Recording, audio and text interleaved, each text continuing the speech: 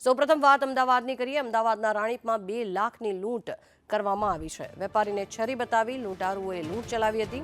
રાણીપના pink સિટીમાં general સ્ટોરમાં લૂંટ ચલાવી લૂંટારુઓ ફરાર થયા છે। બાઇક પર આવેલ શખ્સો લૂંટ કરીને ફરાર થયા।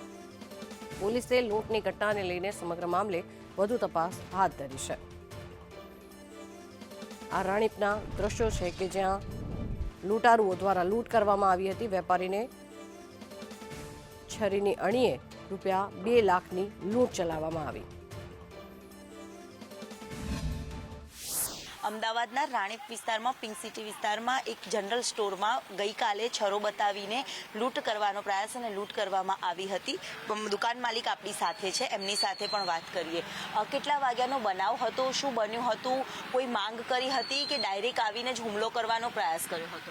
ડાયરેક્ટ આયા, રાત્રે ગાડી લઈને આયા, અહીંયા ઊભા રહ્યા। પછી અહીંથી એક જણેથી બહારથી છરો કાઢ્યો, એક જણે અંદર આવીને છરો મૂકી દીધો।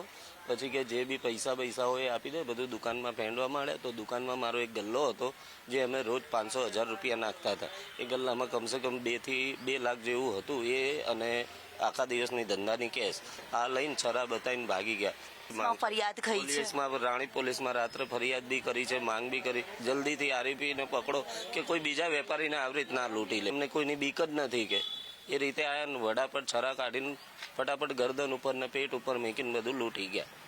બેદરકારી અને ક્યાંક જ્યાં પેટ્રોલિંગની વાતો કરવામાં આવે છે, પરંતુ રહેણાંક વિસ્તાર કે જ્યાં અનેક લોકોની અવર જવર થતી હોય છે, સામે પણ લોકો રહે છે, ફ્લેટમાં પણ લોકો રહે છે, તેમ છતાં પણ આ પ્રકારે ગઈકાલે રાતનો બનાવ કે છરી બતાવીને જે દુકાનદાર છે તેની પાસે અંદાજિત રોકડ 2 લાખ જેટલી રકમ છે તે લઈને ગઠિયાઓ ફરાર થઈ ગયા છે। જોકે પોલીસે આ બાબતને લઈને તપાસ જે હાથ ધરી છે, સાથે જ જે સામેનો જે વિસ્તાર છે જ્યાં સીસીટીવી પણ છે, એટલે સીસીટીવીના આધારે પોલીસ હવે આરોપીઓને ક્યારે પકડે છે અને ક્યારે તેમની સામે કાર્યવાહી કરે છે તે એક મોટો સવાલ ઊભો થઈ ગયો છે।